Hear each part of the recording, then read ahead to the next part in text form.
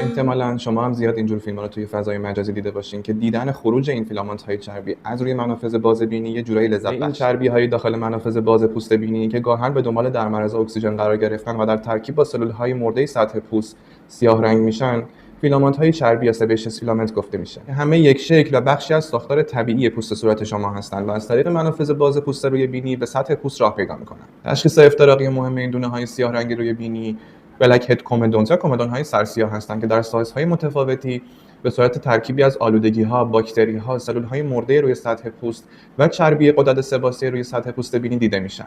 برای حذف این فیلامنت‌های چربی در قدم اول باید از یک شوینده مناسب حاوی سالیسیلیک اسید مثل این شوینده استئسراوی کمک گرفت. سالیسیلیک اسید به علت ریز مولکول بودن به داخل عمق منافذ نفوذ میکنه و چربی رو توی خودش حل میکنه. یکی دیگه از راه‌های خارج کردن این فیلامنت‌های چربی از داخل منافذ باز، کمک گرفتن از دستگاه‌های فیشیال مثل این دستگاه درمایف هست که چربی‌ها رو به صورت عمقی از داخل منافذ خارج می‌کنه. به عنوان یک درمان مکمل باید از نیاسینامید هم کمک گرفت. نیاسینامید با کوچیک کردن منافذ و کنترل ترشح چربی از ترشح بیش از حدی فیلامنت‌های چربی جلوگیری می‌کنه. مثل این سرم 10% نیاسینامید اوردینری که 1% زین PCE هم داره و ترکیب این دو کنار هم دیگه به تقویت سد دفاعی پوست خیلی کمک می‌کنه.